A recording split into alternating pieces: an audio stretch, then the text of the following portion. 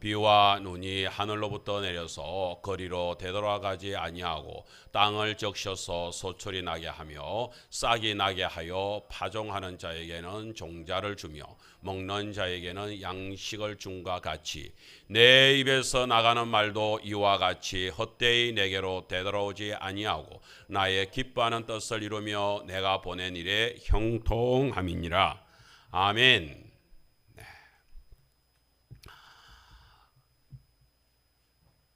아이들이 이렇게 이번에 마침 저희 둘째 아들이 훈련을 마치고 이렇게 해가지고 일주일 휴가를 받아가지고서 휴가를 왔습니다. 집에 와가지고서 이렇게 지낼 때를 보게 되면 직장 생활을 하고 이러면서 너무 힘들어하고 이런 모습들이 있었는지 집에 오면은 그냥 막 완전히 파김치가 돼가지고 잠만 자는 아들 모습을 바라볼 때가 있습니다. 그럴 때 아버지 심정으로 저 아들을 갖다가 어떻게 좀 위로를 주고 싶은데 힘을 주고 싶은데 어떻게 해서 저 아이들한테 힘을 줄 수 있을까? 아버지로서 그런 마음이 들 때가 있습니다. 오늘 본문의 말씀들을 먼저 살펴보게 되면 저 내용들을 오늘 말씀을 갖다 살필 때에 왜 저 말씀이 나오는가 하는 것들을 먼저 좀 생각을 해봤으면 좋겠습니다. 이스라엘 백성들이요 바벨론의 포로로 잡혀갔습니다. 참 어떤 면에서는 자기들도 나름대로 열심히 살려고 하지 않았겠습니까? 나를 빼앗기지 않으려고 얼마나 애를 썼습니까? 그런데 망하였습니다. 그 옛날에는 그야말로 나라와 나라의 전쟁에서는 그 나라와 이 나라의 신들의 전쟁이라고 말을 할 수 있습니다. 그야말로 그 나라에서 이기면은 그 나라의 신이 이긴 것입니다.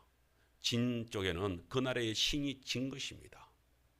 이스라엘 백성들은 어떤 면에서는 여호와를 섬기고 있는 백성들로서 여호와의 신이 바벨론 신에게 져서 그래서 이스라엘 백성들이 지금 포로로 끌려가는 그런 어떤 참혹한 심정의 마음을 가지고 있습니다. 그러나 하나님께서는 그 속에 다른 뜻을 가지고서 움직이고 있다는 것은 우리는 알지만 그 시대 이스라엘 백성들의 마음은 그렇게 넉넉하지 않았습니다. 그런 가운데서 포로로 잡혀가서 지금 근 70년 가까이로 60년이 지나고 70년 가까이가 지나가는 지금 이 시기 동안에 바벨론 포로 생활에 젖어 있습니다. 너무나 힘든 가운데서 너무나 삶이 힘든 가운데서 처참한 삶을 살고 있는 이스라엘 백성들의 모습이 오늘의 모습입니다. 그런 가운데 이스라엘 백성들이 그런 모습들을 바라보면서 이스라엘 백성들은 아직까지 온전히 회개로 돌아오려고 하는 하나님께로 돌아오려고 하는 일들이 일어나지 않고 있는 가운데에서 하나님 아버지께서 그들을 바라보십니다. 그들을 바라보시면서 내가 저들을 어떻게 해야 될까? 내가 저들을 어떻게 해야 저들이 내게로 다시 돌아와서 나의 백성으로 온전히 설 수 있을까 하는 간절한 아버지의 마음이 있습니다. 그래서 오늘 첫 번째 보게 되면 하나님께서 이스라엘 55장 1절에 우리들한테 보여주는 것은 이런 모습을 보여줍니다. 한번 읽어볼까요? 오라 너희 모든 목마른 자들아 물로 나오라 돈 없는 자도 오라 너희는 와서 사 먹되 돈 없이 값없이 와서 포도주와 젖을 사라. 아멘. 참 사슴이 그 물을 찾고 있는 모습들 그리고 물을 마실 때 그 가란 심령을 갖다가 마실 때 얼마나 시원하겠습니까? 하나님께서는 이스라엘 백성들이 지금 이 안타까운 삶 속에서 정말로 저들을 어떻게 회복시킬까를 생각을 하다가 이 말씀을 합니다. 55장에서 우리가 55장을 갖다 이스라엘 백성들의 초청장이다 이렇게 말을 합니다. 하나님께서 초청을 하고 있습니다. 어떻게 초청을 하셔요? 오라. 너희들이 나오라. 내게로 오라. 그런데요. 오는데 어떻게 해요? 와서 저 사 먹으라라고 하는 얘기를 할 때 이스라엘 백성들은요. 그 바벨론 땅에서 이렇게 먹을 때 음식 이게 먹고 이게 입는 문제들이요. 얼마나 그게 값이 비싼지요. 쉽게 음식들을 사 먹을 수 있는 행편이 되지 못했습니다. 그냥 거지 같은 생활을 하는 것이 이스라엘 백성들의 모습이었습니다. 그래서 저 말씀이 나오는 것입니다. 하나님께서는 그 형편들, 그 이스라엘 백성들의 그 형편들을 다 살피면서 하시는 말씀이 먹어라, 와서 먹어라 라고 얘기하면서 뭐라 하냐면 돈 없이 사 먹어라. 여러분, 돈 없이 사 먹는 게 말이 돼요? 돈 없이 공짜로 먹으라는 것은 말이 돼도 돈 없이 사 먹으라는 게 말이 돼요? 뭔 말을 하는 거예요? 이스라엘 백성들의 자존심, 하나님의 백성들의 자존심까지 상하지 않게 하기 위하여서 하나님께서 하시는 이 배려의 말씀을 아시겠습니까? 사 먹어라. 너희들 사 먹어라. 사 먹는데 돈은 내지 마. 사 먹는데 돈은 내지 마. 우리가 가게에 가가지고서 실컷 사 먹겠다고 실컷 먹었는데 돈 내지 마세요. 사람이 얼마나 기분이 좋습니까? 하나님께서 사 먹어라, 사 먹어라. 근데 너희도 돈 없는 거 알지 않냐? 그러니까 돈 내지 마, 돈 내지 마. 그런 마음으로 우리를 초청을 하고 있습니다. 오늘 이스라엘 백성들이 바라보면서 하나님께서 바로 이렇게 다 목마른 저 사슴이 물을 마시듯이 너희들 지금 얼마나 목말라 있냐? 육적으로 영적으로 얼마나 목말라 있냐? 그런 너희들한테 내가 이렇게 먹여주고 싶다. 너희들한테 풍성하게 먹여주고 싶다. 그러니 내게로 나와라 라고 초청을 하고 있는 것입니다. 사랑하는 성도 여러분, 오늘 예배에 참석하신 우리 성도님들이 심령이 혹시 육적으로든 영적으로든 얼마만큼 갈급해져 있는지, 얼마만큼 고달퍼져 있는지요. 그런 가운데서 아버지께서 지금 그런 우리들을 내버려 두거나 팽개쳐두거나 그렇게 포기하지 않고 우리들을 다시 60년이 지나고 70년이 다 돼가는 그런 노예에서 포로 생활 속에서 그렇게 해서 처참하게 이렇게 해서 인생이 끝나지 않을까 싶은 백성들한테 하나님 아버지께서 오늘 다시 일어나면서 우리들한테 손을 내밀고 있습니다. 너희들 내게로 와라. 내게로 와라.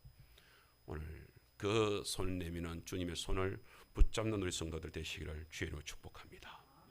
그러면 오늘 우리가 다시 한번 더 말씀을 이렇게 보면서 오늘 본문에서 뭐라고 말씀하고 있는지를 한번 보시겠습니다.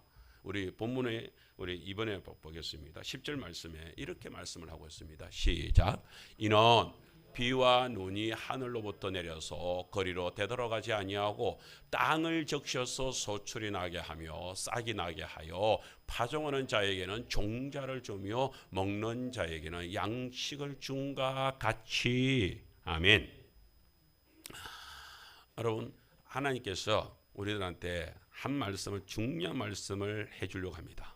그 말씀을 하시면서 내가 초청한 이유가 뭐냐, 그리고 그 초청에 대하여서 내가 너희들한테 어떤 복된 말을 갖다가 너희들한테 복된 소식을 너희들한테 알려주고 싶은데 그게 쉽게 백성들이 이해를 못할 것 같아서 하나의 비유를 들어서 설명을 해주고 있습니다. 지금은 비유입니다. 중과 같이 그랬잖아요. 비유로 말씀합니다. 어떤 비유를 합니까? 그림과 같이 정말로 하늘에서 비나 눈, 우리나라에도 이제 겨울에 그래서 겨울에 눈이 많이 올 때에 어르신들이 시골에서 있을 때 어르신들이 그래요. 내년에는 풍년이 들겠다. 눈이 많이 쌓이는데 눈이 많이 왔는데 풍년이 들겠다. 어른들은 벌써 그것을 짐작을 합니다. 왜요? 비와 눈은 물이 아닙니까? 땅을 충분히 적셔주는 비가 많이 오면 그렇게 해서 땅을 충분히 적셔주면 반드시 농사는 잘 되게 되어 있습니다. 네. 벌교에 있을 때 그 농작물에 이렇게 해가지고 사는데 이렇게 가을 추수를 끝을 내고 전지를 딱 하고 나면요 겨울에 꼭 하는 게 두 가지가 있더라고요. 그 가수원 그 주변에다가 나무 그루에다가 그름을 갖다가 이렇게 탁 뭐 이렇게 줍니다. 그리고는 매일같이 물을 갖다가 그 그루터기에 흠뻑 퍼오르도록 그렇게 해서 물을 갖다가 계속 주더라고요. 그 주인한테 물었습니다. 어르신, 왜 이렇게 매일같이 물을 줍니까? 겨울에 이렇게 물을 가수원에 물을 갖다 충분히 주지 않으면 내년에 소출이 안 납니다. 소출이 안 납니다. 겨울에 그렇게 물을 푹성하게 먹은 그 나무는 그 다음에 다시 소출을 낼 때 열매를 갖다 맺을 때 아주 풍성하게 열매를 맺는다는 사실을 저희들에게 보여줍니다.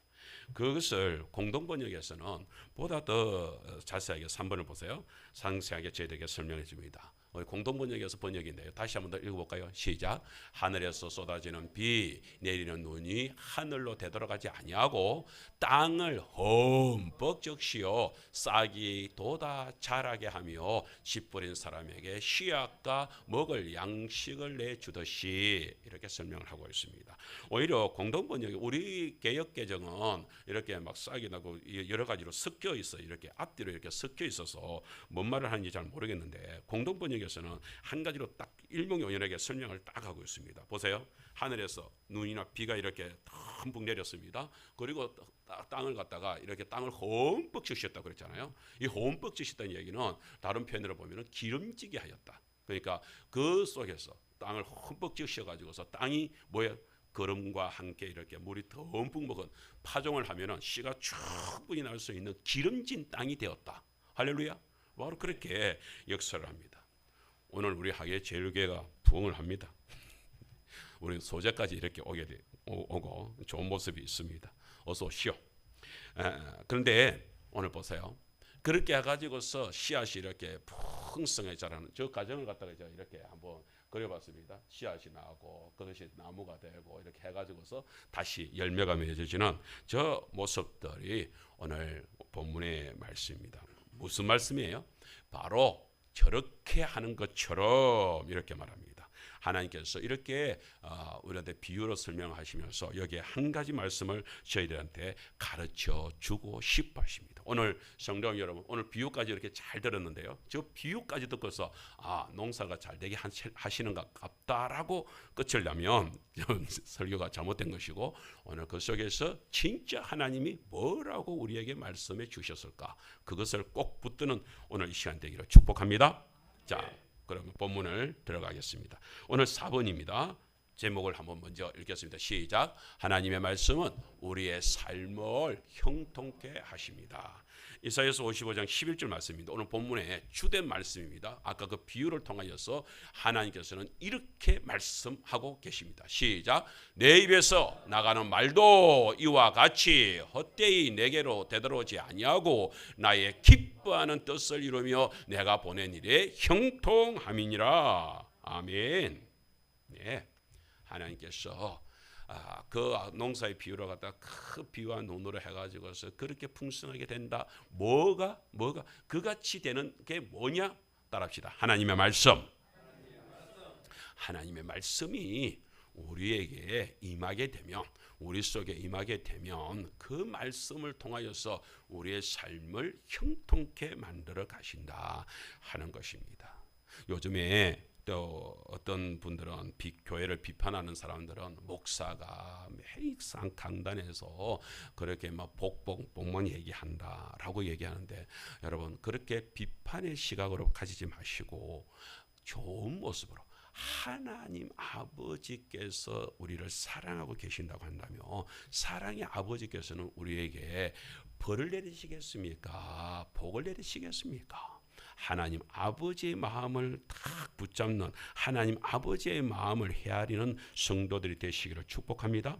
네. 하나님 아버지께서 하시는 말씀은 말씀을 통해서 너희들을 형통케 해갈 것이다. 그러면 어떻게 해요? 첫 번째 우리가 말씀을 보겠습니다. 5번입니다. 하나님의 말씀은 반드시 이루어집니다. 한번 따라하겠습니다. 하나님의 말씀은 반드시 이루어집니다.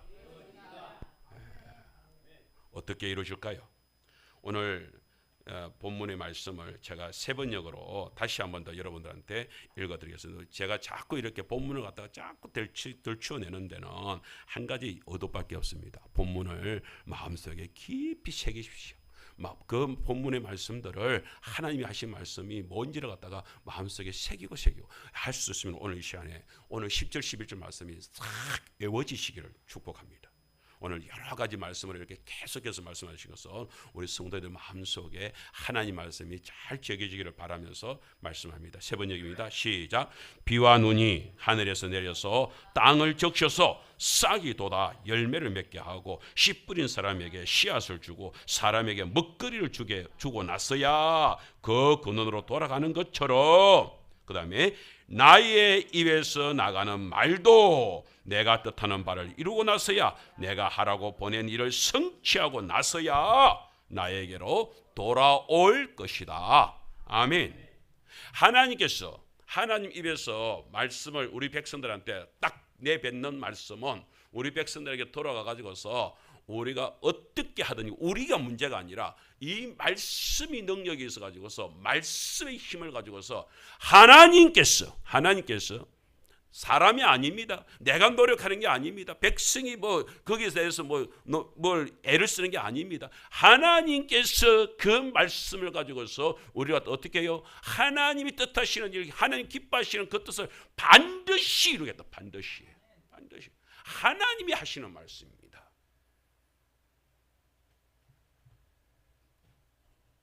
뭐처럼?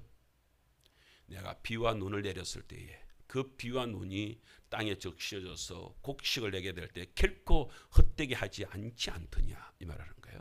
내가 자연의 섭리를 만들어서 그렇게 해서 백성들한테, 그 농사 짓는 사람들한테 그렇게 풍년이 들게끔 만드는, 바로 그것을 너희들이 알고 있다면 내 말은 하물며 그 씨앗을 통해 비와 눈을 통하여서라도 하나님께서는 그 역사를 이루시는데 내 말이 비와 눈보다도 못하겠냐, 이 얘기를 하는 것이죠.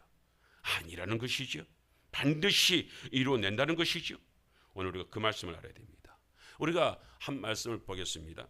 예레미야서 23장에 우리들한테 주는 말씀이 이런 말씀이 있습니다. 시작. 여호와의 말씀이니라. 내 말이 불같지 아니하냐? 바위를 쳐서 부서뜨리는 방망이 같지 아니하냐? 하나님께서 지금 속에서 불이 타오르는 것입니다.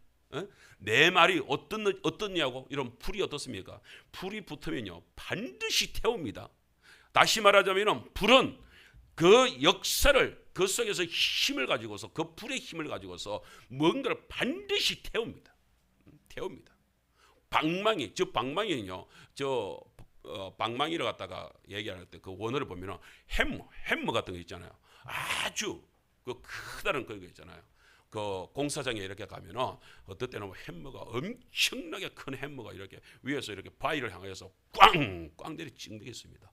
그게 그렇게 내리 찍으면 조금 있다가 바위가 쫙 쪼개지는 일들이 벌어지게 되는 것입니다. 바로 그와 같이 무엇이든지 확 부서뜨릴 수 있는 햄머. 그 햄머가 뭐예요? 그게 하나님 말씀입니다. 바위를 쳐서 부서뜨리는 방망이 같지 아니하냐. 깨뜨림, 그것이 꽝 치면 반드시 그것이 부서진다는 것입니다. 하나님의 말씀은 오늘 우리들한테 주어지는 하나님 말씀은, 그 말씀이 헛되이 하나님 아버지께 돌아가는 일은 절대 없다. 하나님께서 우리에게 복을 역사하시겠다고요? 반드시 그 복의 역사는 하나님께서 이루게 하신다. 우리 속에서 우리 원수들을 갖다가 무너뜨리게 하시겠다고요? 하나님께서 말씀하셨기 때문에 그 말씀은 반드시 그렇게 이루어지게 하신다는 거예요. 그게 하나님의 말씀입니다. 불이 지나간 곳을 보세요. 새까맣게 태워지잖아요. 그 햄머를 때린 곳은 박살이 나 있잖아요. 하나님 말씀에 그렇게 힘의 역사가 있습니다. 그래서 히브리서 4장 12절에서는 이것을, 하나님의 말씀은 이렇게 능력이 있다는 말씀합니다. 히브리서 4장 12절 시작. 하나님의 말씀은 시작 살아있고 활력이 있어 좌우의 날선 어떤 검보다도 예리하여 혼과 영과 및 간절과 골수를 찔러 쪼개기까지 하며 또 마음의 생각과 뜻을 판단하나니. 아멘. 그래서 확실하게 말씀합니다. 하나님의 말씀, 나의 말씀, 내 입에서 나오는 말, 그래. 그것이 그렇게 너희들의 골수에 찍혀 들어가 가지고서 완전히 늘 속에 있는 고름덩이가 있냐? 그 고름덩이를 완전히 의사가 수술을 할 때, 그죠? 의사가 수술을 할 때 그 속에서 있는 암덩어리 싹 제거를 하죠. 고름덩어리 싹 제거를 하죠. 종양 있는 거 싹 제거를 하죠. 그리고 나서 이제 붙여놓고 가만히 있으면 점차적으로 회복이 돼서 건강한 사람이 됩니다. 하나님의 말씀이 우리 속에 있는 더러운 것들, 죄악된 것들, 그런 골마 터진 것들 수술한다는 거예요. 그렇게 날쌘 예리한 칼이 돼가지고서 수술한다는 거예요. 수술해내고 나면 우리 몸이 회복되고 치유되고 그렇게 역사가 일어난다는 사실을 저희에게 말씀해 주고 있습니다. 하나님 말씀이 그렇게 능력이 있습니까? 하나님 말씀이 얼마나 능력이 있느냐? 여러분, 처녀에게 천사가 나타났습니다. 내년에 당신이 아들을 낳을 것입니다. 아이 세상에, 처녀한테요? 여자가 말합니다. 내가 아직 남자를 접하지 않았는데요. 어떻게? 내가 아직 결혼을 하지 않았는데, 약혼은 하고 있지만 한 남자는 있지만 아직까지 내가 신혼밤을 보내는 것도 아니고 아직 첫날밤을 보내는 것도 아니고 내가 아직 씨를 받지 않았는데 내가 어떻게 남자 아이를 낳습니까? 그때에 천사가 주신 말씀이 무엇인지 아십니까? 이렇게 말합니다. 누가복음 1장 37절에 저희에게 주시는 말씀입니다. 8번. 자, 시작. 대저 하나님의 모든 말씀은 능하지 못하심이 없느니라. 하나님의 모든 말씀이 뭐라고요? 능하지 못하심이 없다라고 하는 말씀을 저 영어 성경 ASB가 있는데요. 저 표준역에서 뭐라고 말하느냐, 밑에 있죠. 하나님께로부터 온 모든 말씀은 뭐 한다고요? 능력을 잃지 않는다. 아멘. 능력을 잃지 않는다. 하나님의 말씀은, 오늘 우리들한테 주어지는 하나님 말씀은요, 우리가 생각을 하게 될 때에, 제가 지난번에 우리 여기 딸이 앉아 있지만 내가 딸 얘기를 했잖아요. 그 마태복음 7장 7절이 그렇게 싫어졌는데 이번에 여름에 하나님의 은혜를 깨닫고 나니까 하나님의 말씀은 살았고 운동력이 있다는 사실을 알게 되어졌다고 고백하지 않았습니까? 성도 여러분, 그렇습니다. 하나님 말씀은요, 지금 오늘도 우리들한테 살아서 역사하시는 말씀이라는 것을 믿으시기 바랍니다. 마리아가 세상에 그렇게 해서 아직까지 남자를 접하지 않았는데 아이가 있다고요. 그게 되겠다고요. 하나님께서 그렇게 말씀하시는데 그게 일어날 수 있다고요.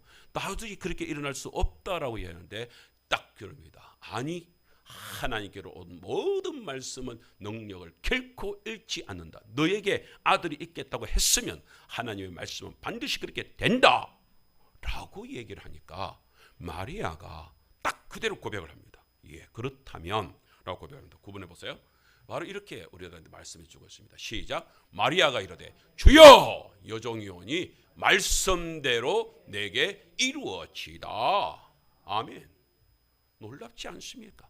마리아의 신앙이 놀랍지 않습니까? 자기가 지금 처녀의 몸인데도 불구하고 하나님께서 그렇게 하신다고 하니까, 하나님의 말씀이 이루어진다고 하면 나는 받겠습니다. 여러분, 이 처녀가 아들을 그렇게 해가지고 사는데 세상 사람들이 뭐라고 하겠습니까? 그런데 이 여자는 순종을 합니다.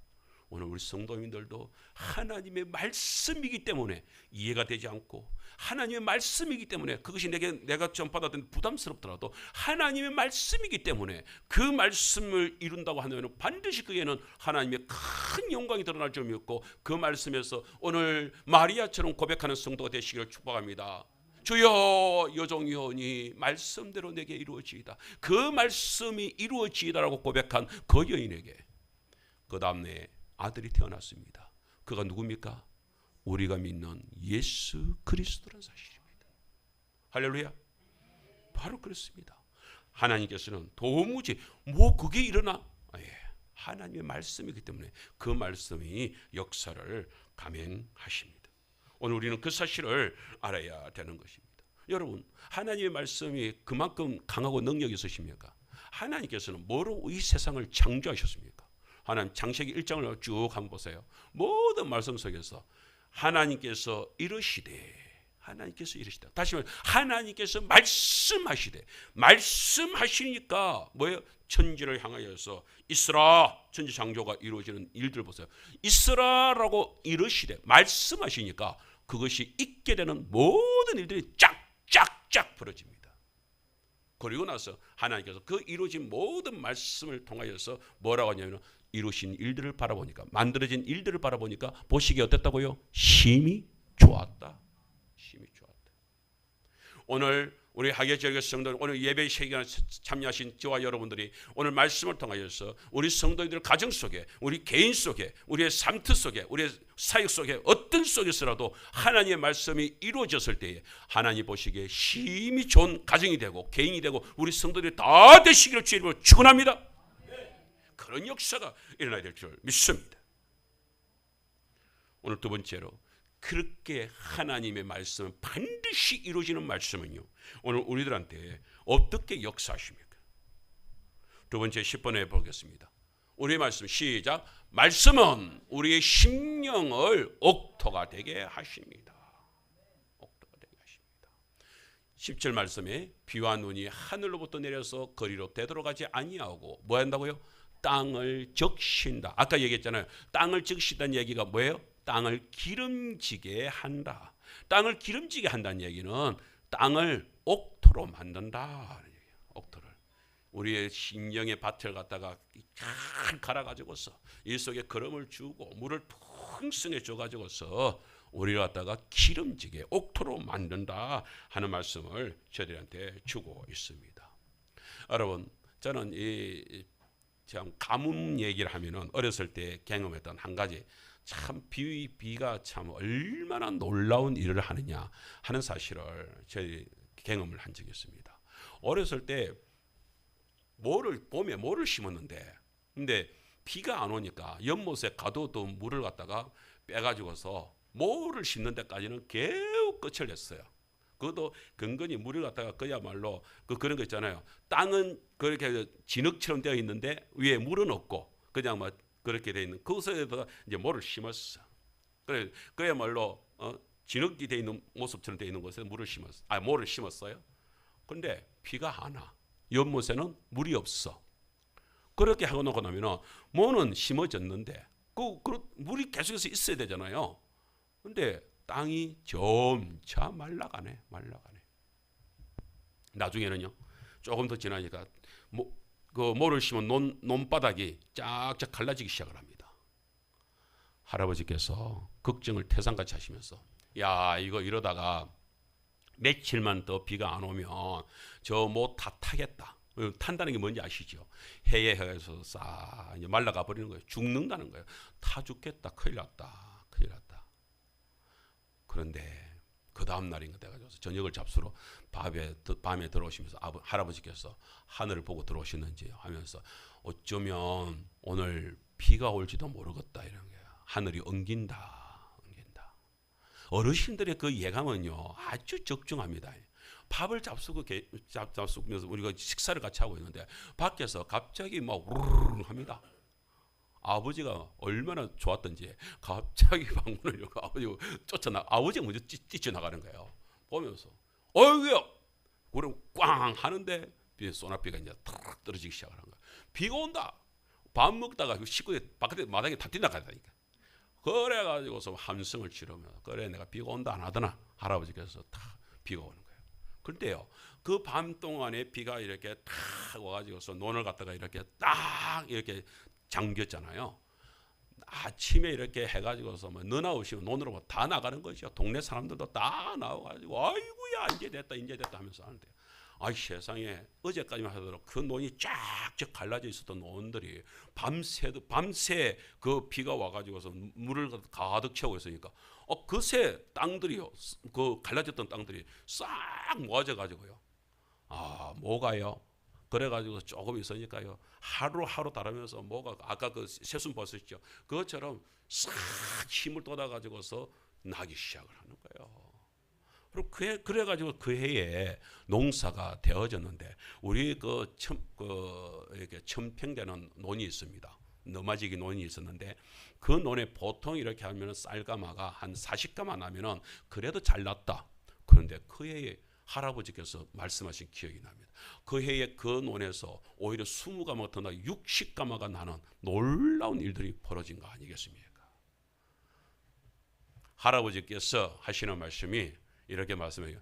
하늘이 무심치 않다. 근데 교회는 안 다니시니까 하늘이 무심치 않다라고 말씀하시면서 참 그때 기뻐하셨던 그 너무나 감격적인 그 해가 내가 기억에 잊혀지지가 않습니다.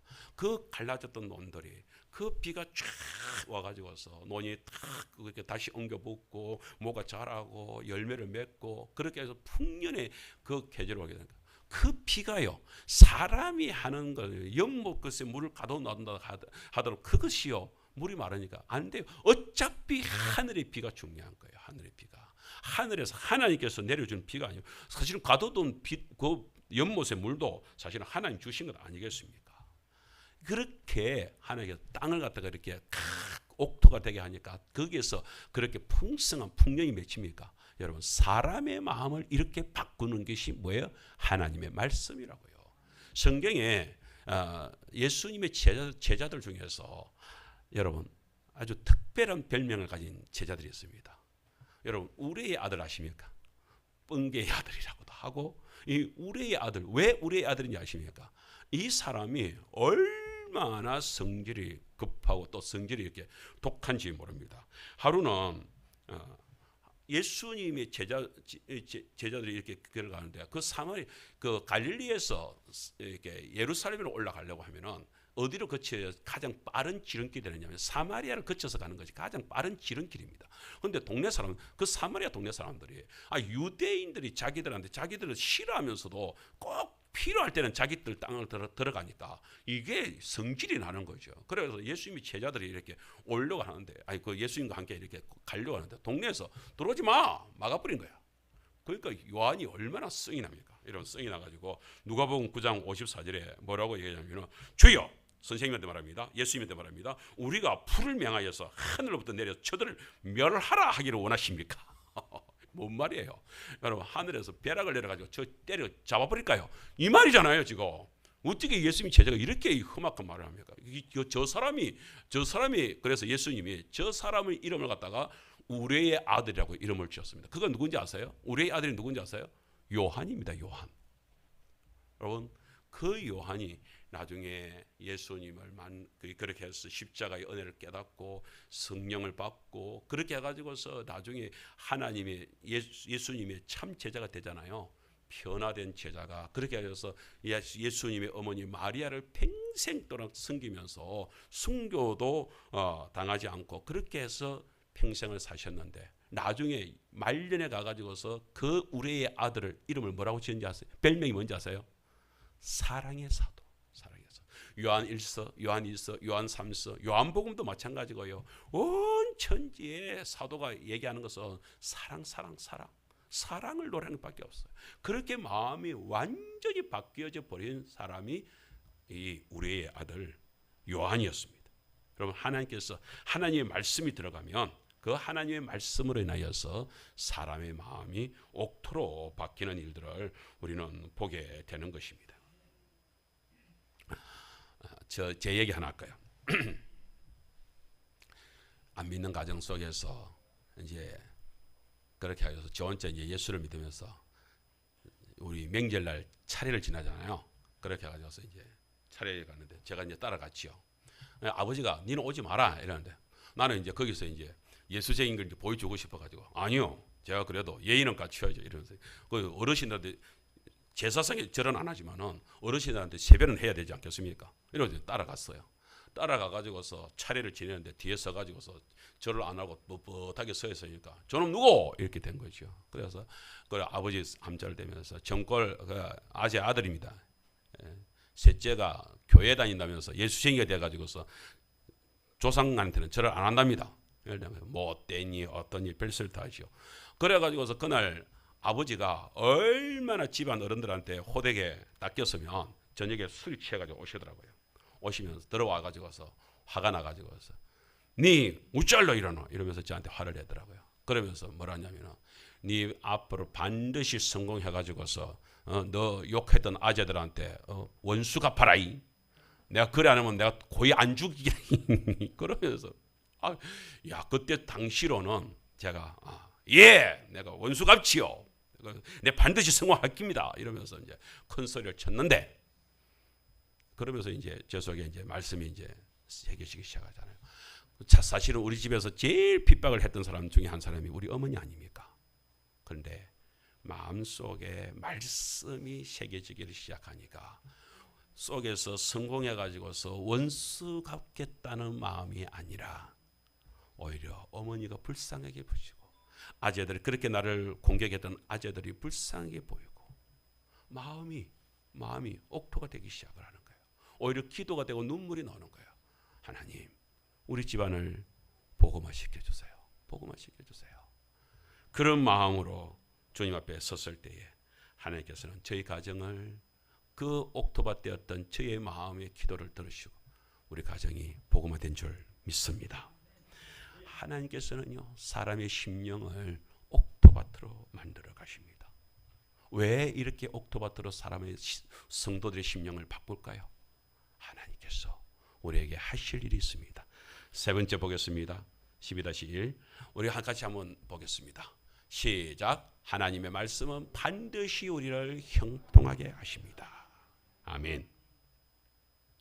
본문에 보면 11절 말씀에 나의 기뻐하는 뜻을 이루며 내가 보낸 일에 형통함이니라. 그런 말씀.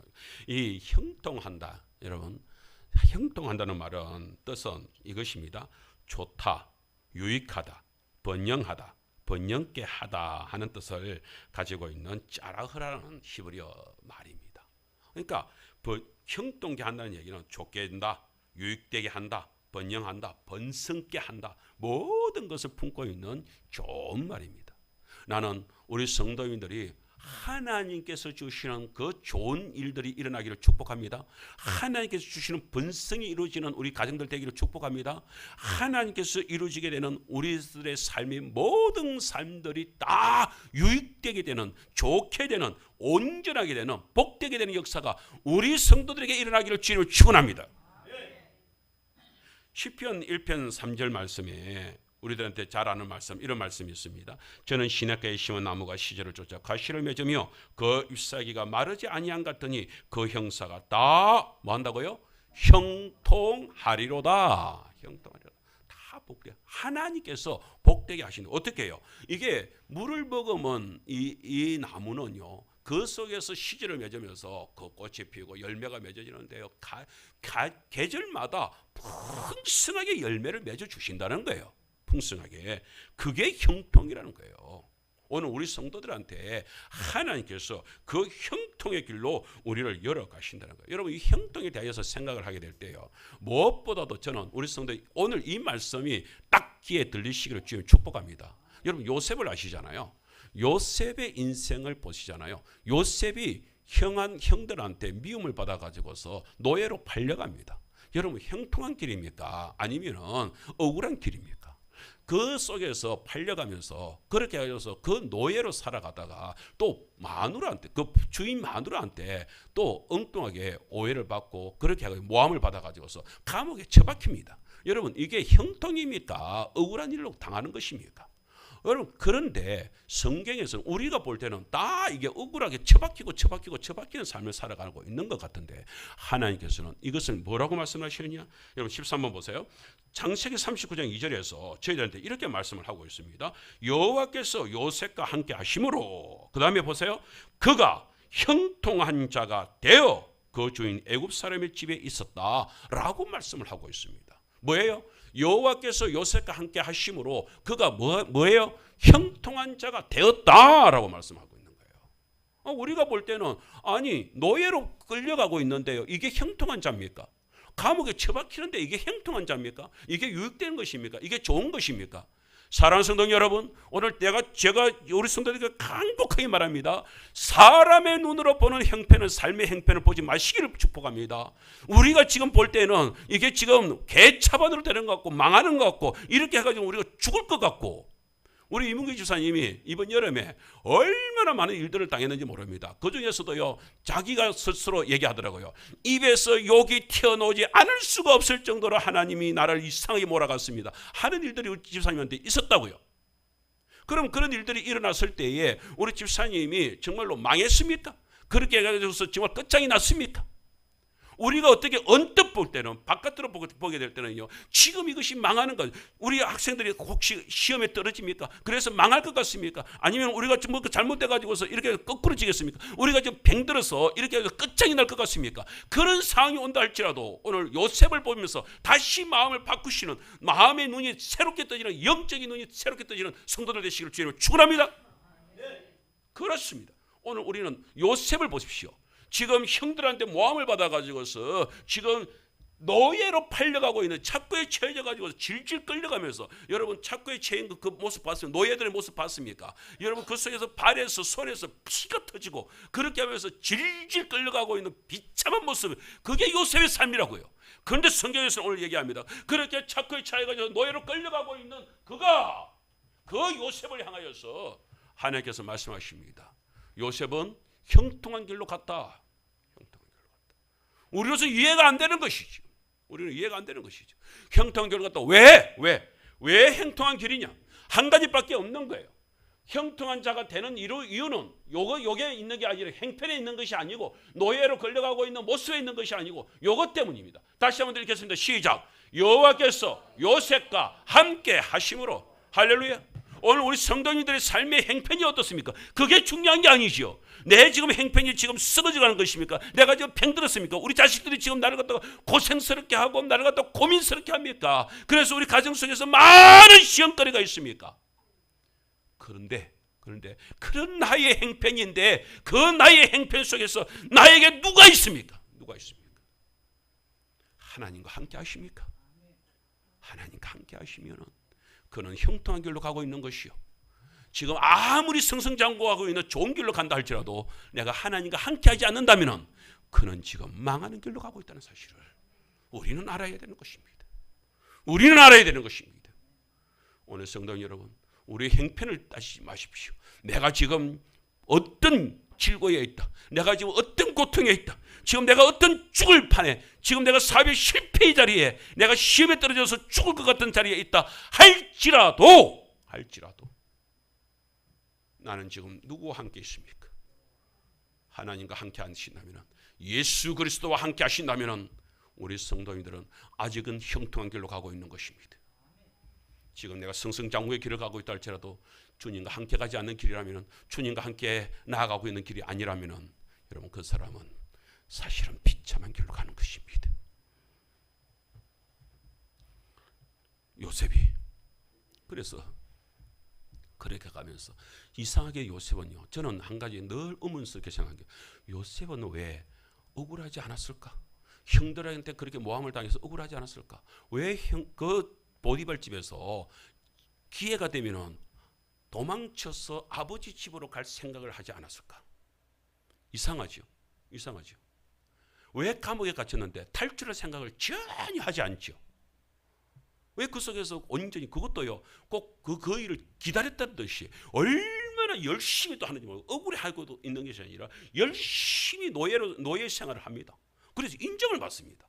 감옥 생활 속에서 불평하고 원망하고 그러면서 예레미 문제를 일으키는 문제가 되는 것이 아니라, 그 감옥 속에서도 열심히 전옥이 보면서 감탄을 할 정도로 열심히 일을 합니다.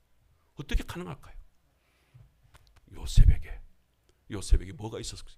어렸을 때부터 받은 하나님의 말씀, 꿈에 대한 하나님의 말씀을 받은 게 있잖아요. 그 말씀 속에서 요셉은 언제나 살아가면서, 한번 따라할까요? 코람데오.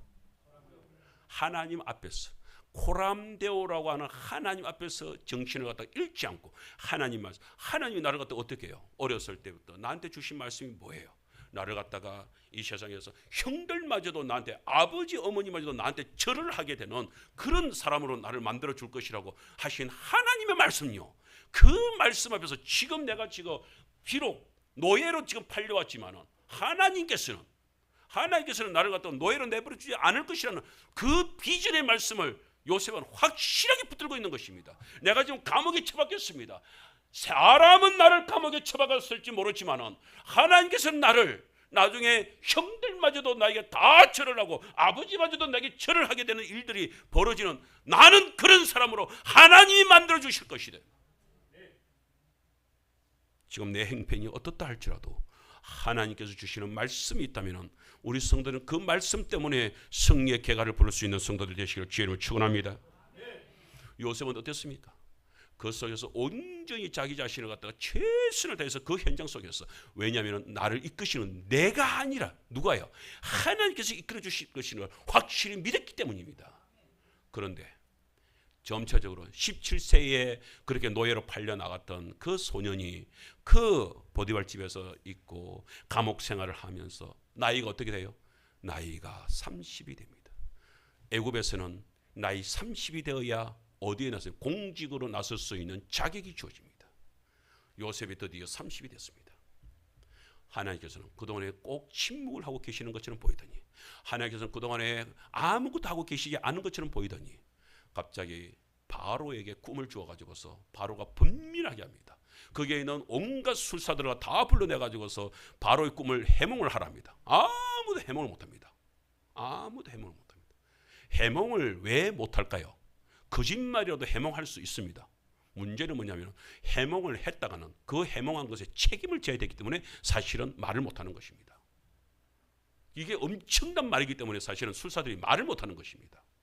근데 요셉이 딱 말합니다. 그것은 뜻이 이렇습니다. 7년 동안 풍년이 될 것입니다. 그리고 7년 동안 흉년이 될 것입니다. 이 엄청난 말을 하는 거예요. 그러면 7년 동안 풍년이 되는 동안에, 그래서 그 곡식들을 갖다가 잘 관리를 해가지고서 7년 흉년을 그렇게 해가지고서 준비하십시오. 그러면 반드시 이 나라가 부강한 나라가 될 것입니다. 라고 얘기를 하는 거예요. 바로가 그 일을 갖다가 누구한테 맡기랴? 아무도 안 맡으려고 합니다. 아무도 안 맡으려고. 그럼 네가 말했으니 네가 맡아라. 이렇게 된 것이에요. 네가 말했으니 네가 맡아. 술사가 풀었으니 너가 푼 대로 말 그대로 네가 책임져라, 이 말이죠. 요셉이 책임지잖아요. 총리가 되잖아요. 그런데 진짜로 놀라운 일이 벌어지잖아요. 하나님께서 7년 동안 풍년을 주잖아요. 그리고 7년 동안 흉년을 주잖아요. 그런 가운데서 형들을 만나게 되잖아요. 모든 일들이 선하게, 모든 일들이 유익하게, 모든 일이 형통한 길로 이제는 열매까지, 사실은 총리가 되고 마지막에 형들을 만나는 것은, 그것은 아름다운 열매에 불과한 거예요. 이미 요셉은 언제부터요? 감옥에 갈 때부터, 아니 착고에 채여서 그 험난한 길을 갈 때부터 요셉은 형통한 길로 가고 있었다고요. 그렇게 씨가 심어지고 그렇게 싹이 나고 열매가 맺혀지니까 놀라운 총리로서 하나님께 영광을 돌리는 모습이 나타난 것이란 말입니다. 오늘 성도 여러분, 우리는 열매만 따기를 원하십니까? 아니면은 우리는 처음 출발부터 하나님의 형통한 길로 온전히 걸으시기를 원하십니까? 저와 여러분들이 온전히 그 형통한 길로 다 걷는 성도가 되시기를 주의 이름으로 축원합니다. 그래서 요셉은 마지막 14번 보세요. 창세기 50장 20절에서 이렇게 고백을 합니다. 하나님께서 나를 어떻게 인도하셨냐? 시작. 당신들은 나를 헤아려 하였으나 하나님은 그것을 선으로 바꾸사 오늘과 같이 많은 백성의 생명을 구원하게 하시려 하셨습니다. 아멘. 선으로 바꿨다. 형통하게 만들었다. 형통하게 만들었다. 나를. 그래서 여러분들을, 우리 형님들을, 우리 가족들을 다 살려내게 하나님께서 선으로 역사하셨습니다. 라고 고백하는 것입니다.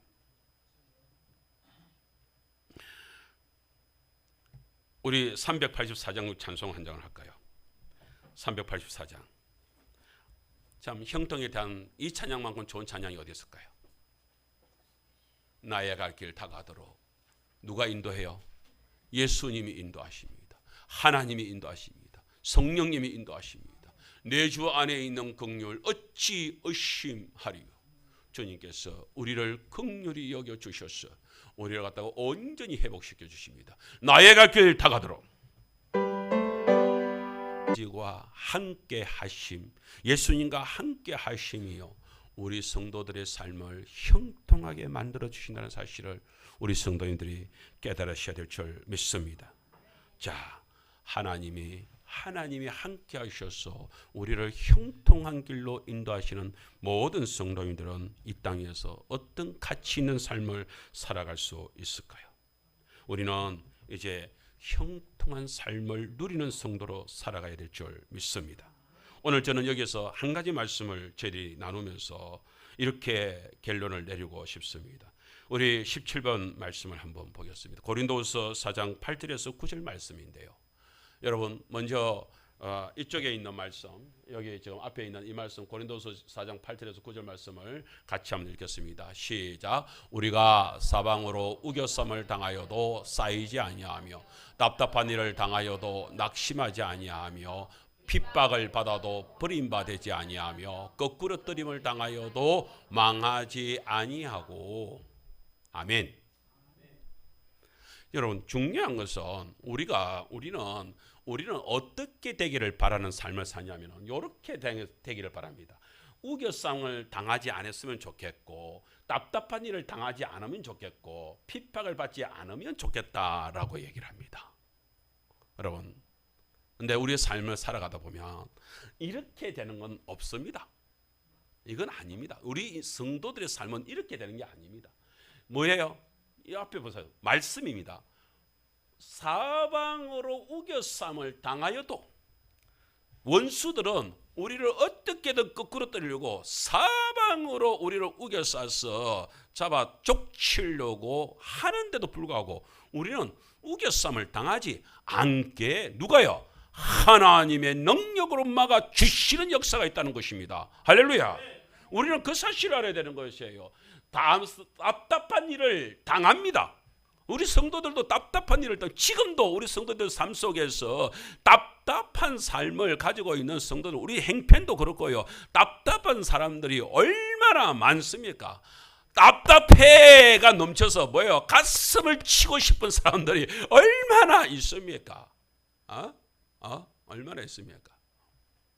그런데 답답한 일을 당하여도 우리에게 뭐예요? 낙심하지 아니합니다. 낙심하지 않습니다. 여러분 우리가요 애매하게 진짜 뭐 어떤 식으로든지 핍박을 받는 일들은 일어납니다. 그래도 하나님은 그 핍박한다고 해서 우리를 뭐 한다고요? 버리지 않습니다. 우리를요 심지어 우리가 거꾸로 맺힘을 당해서 우리가 패대기를 침을 당하여도 거꾸로뜨림을 당하여도 뭐예요? 이래서 끝나는구나, 끝장나겠구나라고 싶은 순간에도 뭐 하지 않는다고요? 망하지 않습니다. 따라합시다. 하나님이 함께 하시는 사람이니까요. 할렐루야. 하나님과 함께 하는 사람은요 우겨쌈을 당하여도 쌓이지 아니하고 하나님과 함께 하는 사람은 답답한 일을 당하여도요 낙심하지 아니하고요 하나님과 함께하는 사람은요 핍박을 받아도요 버림받지 아니하고 하나님과 함께하는 사람은 거꾸로 떨어서 내침을 당하고 패대기를 치고 그렇게 피투성이가 되어도 결코 망하지 않습니다. 망하지 않습니다. 그게 성도의 삶입니다. 이제 말씀을 맺으려고 합니다. 오늘 한 가지 말씀을 하면서 말씀을 우리가 요약을 하겠습니다. 오늘 첫 번째 우리가 오늘 말씀은 우리 성도들이 다시 한번 더 잘 기억하기를 바라면서 제가 오늘 이렇게 요약을 했습니다. 하나님의 말씀은 우리의 삶을 형통케 하십니다. 제가 첫째 하면은 읽으십시오. 첫째, 둘째,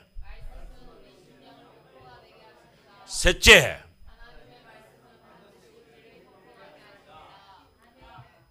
이 말씀을 붙들고 우리 성도들의 삶 속에서 요셉처럼 다 풀렸을 때가 아니라 내가 감옥에 있어도 난 아니야 하나님과 함께 하니까 난 형통한 사람이야.